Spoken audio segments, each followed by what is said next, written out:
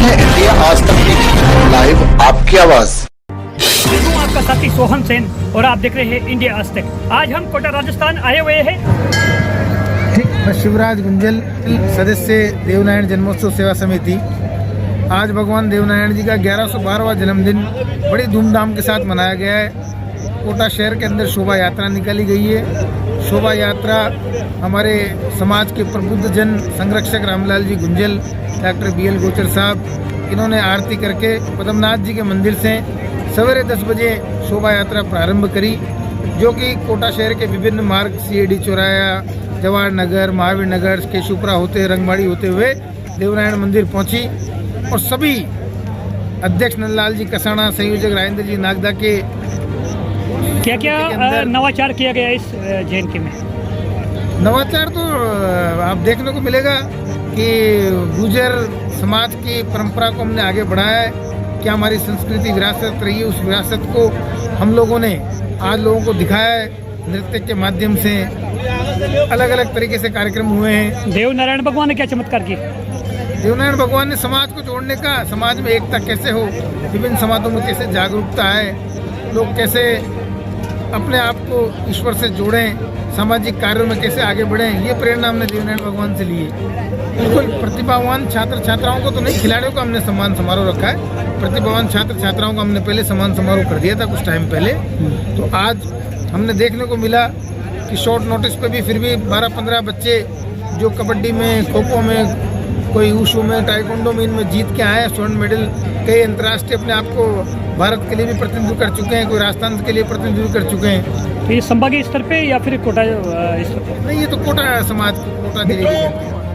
आज हमें गर्व होना चाहिए, जिस समाज में आपने जन्म लिया वहाँ साक्षात नारायण अवतरित हुए। त्याग और बलिदान की प्रतिमूर्ति मां पन्नादाई आपके समाज से हुई, तो आज हमारा दायित्व बन जाता है। बड़ी बड़ी विभूतियां, बगड़ाउत जैसी सूर्य की प्रतिमूर्ति इस समाज से हुए।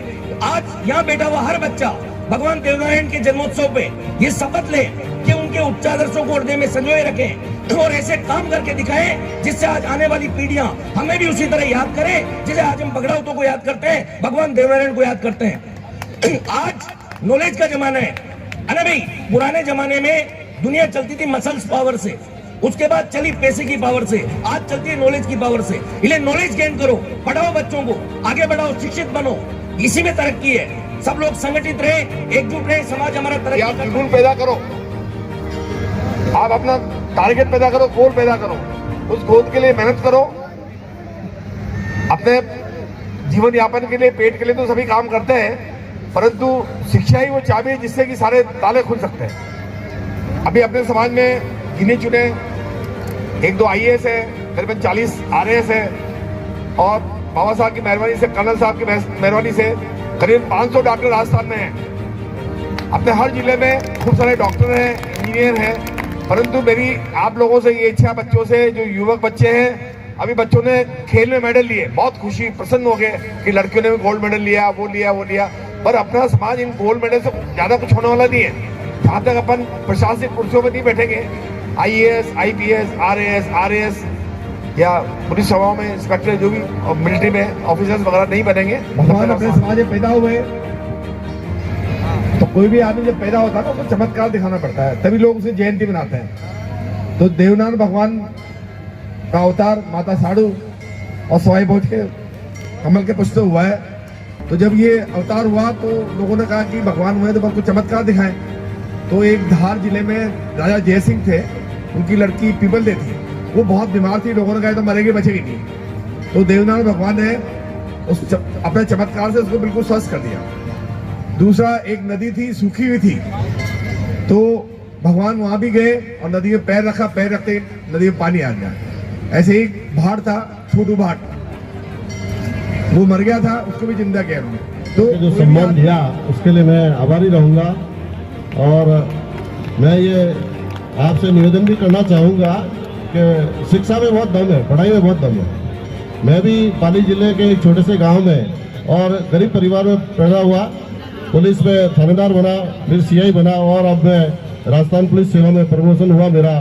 तो मैं आप सबसे भी ये कहना चाहूँगा कि पढ़ाई में बहुत दम है, तो पढ़ाई जरूर करते रहना चाहिए। आने वाला टाइम में बिना ज्ञान के कुछ हो नहीं सकता। परम सम्माने इस गुजर समाज के पुरुष स्वर्गीय कर्नल किरोड़ी वैश्वा साहब को भी याद करना चाहते हैं, जिन्होंने समाज की दशा और दिशा बदलने का काम किया है। जिन गुजर समाज के घरों में दीपक जलते थे, वहां पर कर्नल साहब की बदौलत आज ट्यूबलाइट और एलईडी जल रही है। हजारों की तादाद में हमारे बच्चे दिन रात प्रोग्रेस कर रहे हैं, सरकारी नौकरियों में जॉब कर रहे हैं। इसका उदाहरण देखो आप, इस देश की आजादी को 75 साल हो गए मित्रों। आजादी का अमृत उत्सव में मनाने जा रहे हैं। 75 साल में हमारे सिर्फ 4-5 RS अधिकारी हुआ करते थे, रामलाल जी, श्यामलाल जी, हनुमान जी। लेकिन बाबा कर्नल की बदौलत 3 साल के अंदर हमारे 36 RS और RPS अधिकारी सीटों में बैठ गए और हम ही नीतियां बना रहे हैं और हम ही निर्णय कर रहे हैं। ये सब बातों को सोच के, और भगवान देव महाराज ने उस जमाने में भी 1112 साल पहले भी भगवान देव महाराज ने हर समाज की दशा और दिशा बदलने का काम किया है। और आज इस कलयुग में 21वीं सदी में कर्नल साहब ने इस समाज की दशा को बदला है। तो मैं तो आपसे यही कहूंगा कि अपनी स्पीड को बढ़ाएं। ये कोई मामूली बात नहीं है, ये कोई छोटी मोटी बात नहीं है। जिस तरह से हाथी घोड़े पालकी के साथ भगवान पद्मनाथ जी के मंदिर से लेके और भगवान रघुनाथ देव महाराज तक ये शोभा यात्रा निकल के पूरे कोटा की धरती में कोटा के आम आदमी को, हरिजन से लेके महाजन तक हर व्यक्ति को दिखा दिया है परम सम्मानित सरपंच साहब के नेतृत्व में गुजर समाज के अंदर कितना भाईचारा है और हमारे अंदर कितनी ताकत छुपी हुई है। मैं तो आज के दिन यही कहूंगा, मेरे नौजवान साथी यहाँ पर बैठे हुए हैं, ये गुजर समाज हर क्षेत्र में दिन रात प्रोग्रेस कर रहा है। हम किसी भी क्षेत्र में किससे कमजोर नहीं है मित्रों, चाहे शिक्षा का क्षेत्र हो, चाहे व्यापार का क्षेत्र हो, चाहे राजनीति का क्षेत्र हो।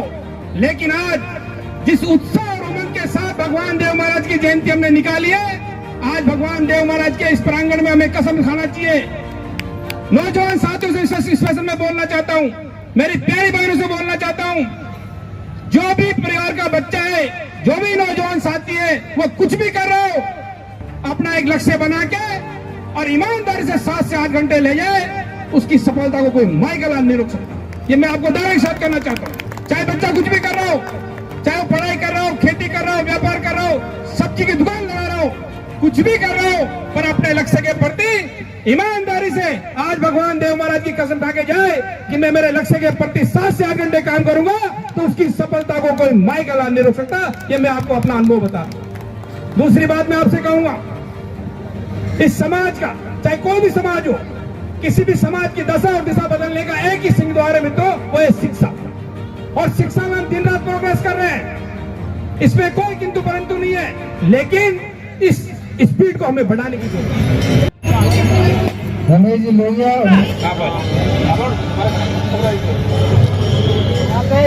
धन्यवाद आप सबका, आपने पूरी टीम के साथ आप यहाँ पधारे। कर सकते हैं हम सब लोगों को मदद करनी चाहिए।